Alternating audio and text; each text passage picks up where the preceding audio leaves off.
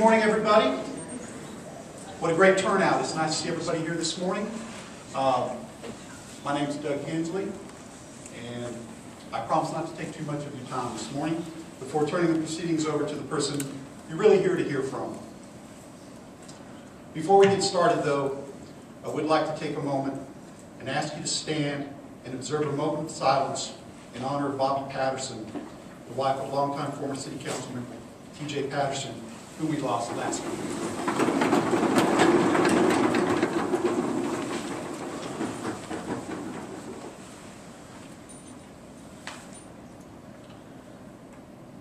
Thank you. You may be seated.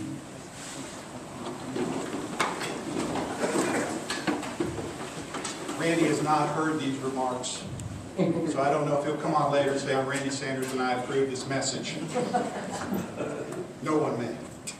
When Randy asked me to introduce him, I was flattered, I was overwhelmed, just a little bit worried. We newspaper guys were not used to being in front of cameras and microphones. Long ago, even my own mom told me I had a face for newspapers. So I must confess this is a little bit of a different atmosphere. But I told Randy I'd be happy to do this, mostly because I was sure he had already been turned down by 20 or so other people. And I didn't want him to keep trying to find somebody right up until 10 a.m. this morning. It's been my pleasure now, Randy, for about 30 years. Our paths initially crossed at the Lubbock Avalanche Journal. As the years rolled by, I eventually found myself working for Randy when he was named editor of the Avalanche Journal. Over that time together, I came to look up to Randy for a number of reasons. Some were selfish, some were just pure admiration. As editor, Randy always put the reader first. He didn't have a news agenda. He just wanted us to be first, fair, accurate, not always in that order. On a personal note, he was a mentor to me. He was truly interested in my professional development, and he was always available. Whether I had a question about a news story or about a personal challenge going on in my life. He was a good listener to his people.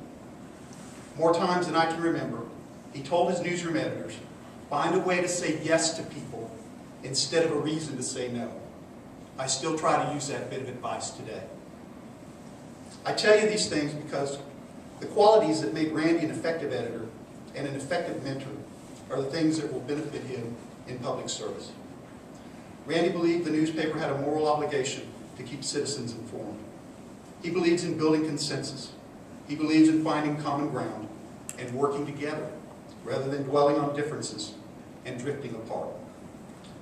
I believe he has a genuine love for Lubbock and a genuine interest in helping our community maximize its potential. I could go on, but one of the rules of introducing someone is don't speak longer than the person you're introducing. So please help me welcome Randy Sanders.